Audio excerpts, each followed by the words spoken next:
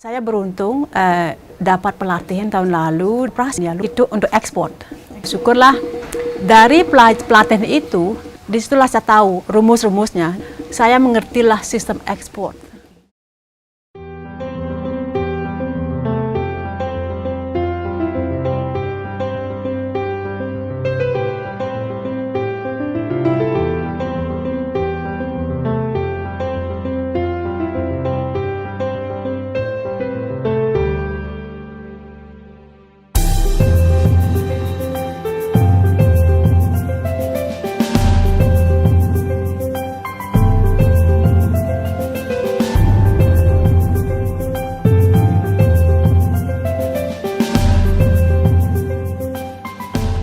Banyak hal yang manusia perjuangkan, salah satunya menjaga kesehatan tubuh. Madeti Infusion, racikan herbal yang kandungannya mampu menjaga imunitas tubuh. Maka minuman ini banyak digemari oleh masyarakat lokal maupun mancanegara. Ya, inilah kisah inspiratif dari salah satu UMKM Provinsi Bali yang berada di Desa Pelihatan Ubud. Penasaran dengan kisahnya? Yuk ikutin jalan ceritanya. Kita sedang berada di Desa Pelihatan Ubud bersama Ibu Madironi. Beliau ini adalah pemilik dari Madeti.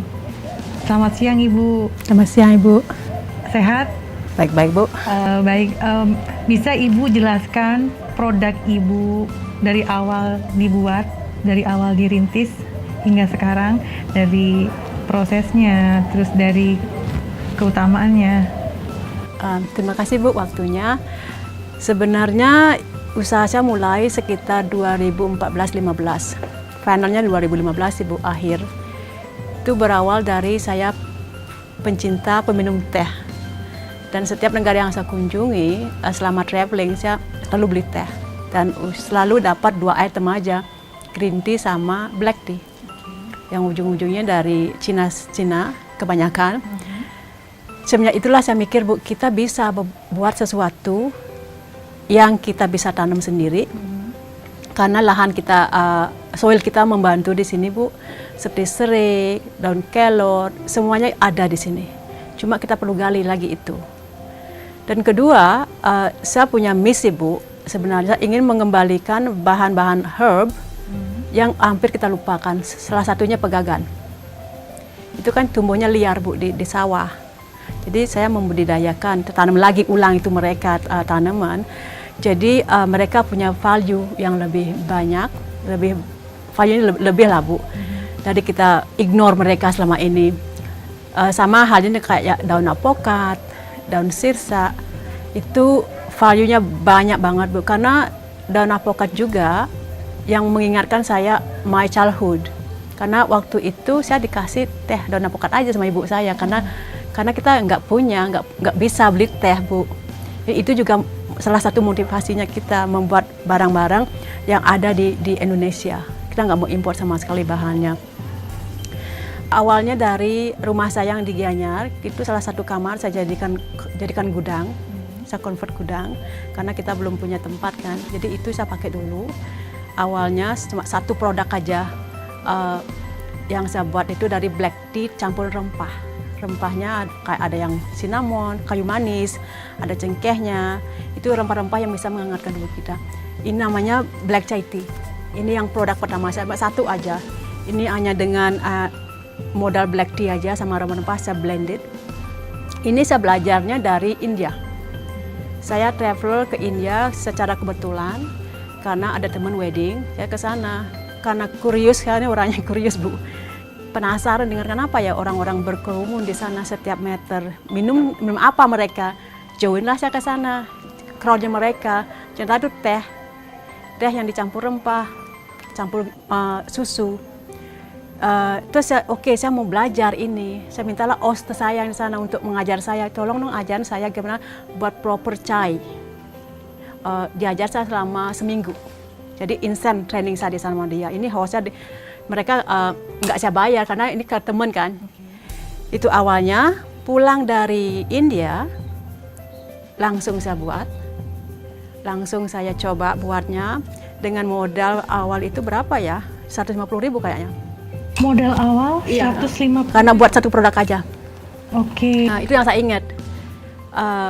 Itu saya beli bahan dulu, dikit-dikit ya Bu ya, biar saya bisa aja blended dulu. Saya jual ke salah satu toko shop di sini di Ubud, yang health shop. Mereka ambil, saya syukur banget Bu, mereka terima barang saya, jual dengan packaging yang sangat minim, cuma foil aja sama stiker.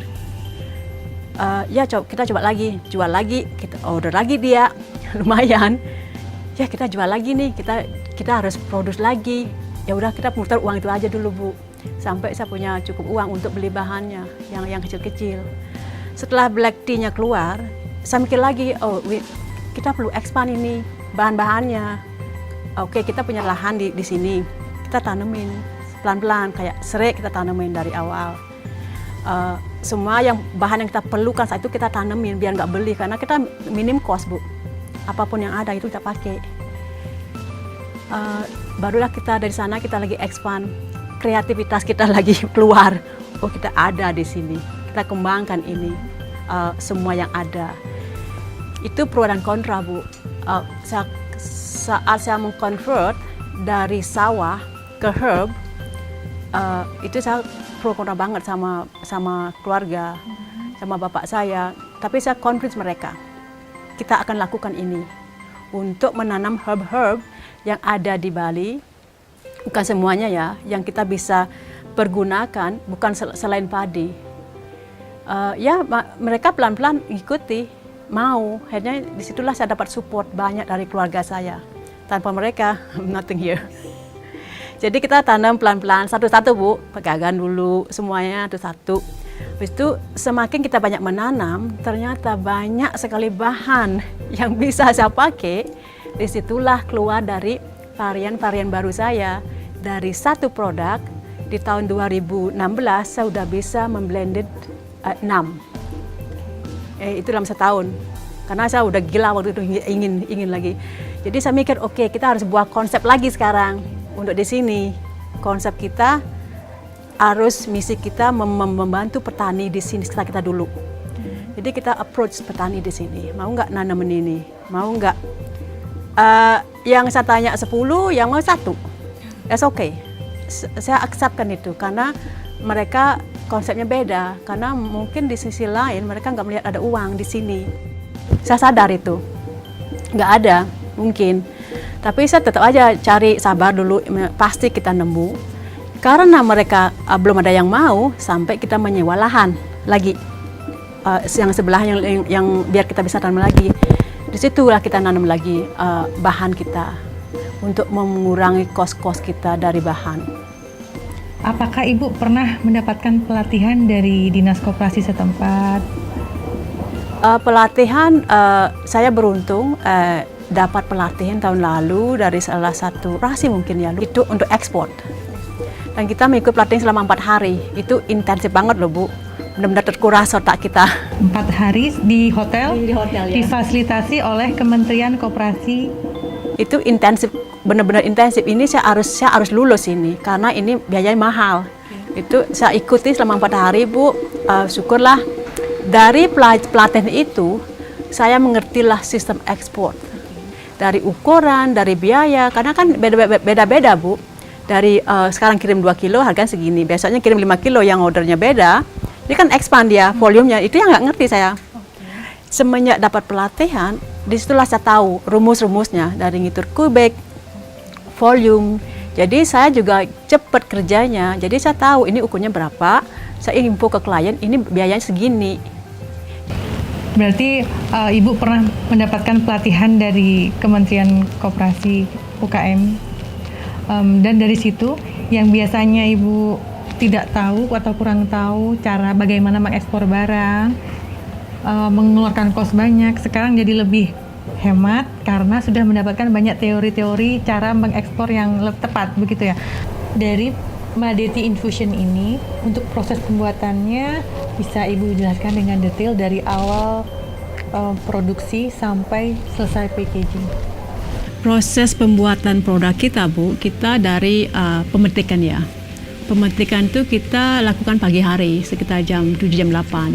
Karena biar segar dan juga nggak panas Bu. Kasihan pegawai kita nanti. Setelah kita pemetikan, kita sortir lagi itu daunnya, bunganya, mungkin ada ulat, ada yang busuk, itu kita sortir lagi, Bu.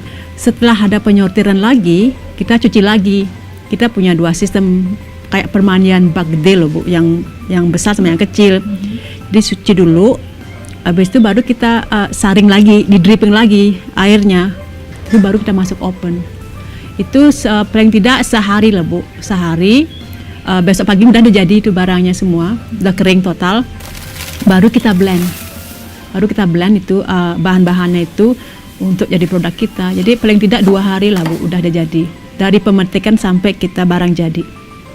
Baru kita masukkan ke foil, ke packaging, ke box ini, dan habis itu baru ke penyimpanan. Di gudang kita punya penyimpanan yang barang udah jadi. Selama beberapa tahun ini menjalankan bisnis Madeti Infusion, apakah Ibu pernah mendapatkan penghargaan dari dinas terkait kah atau dari...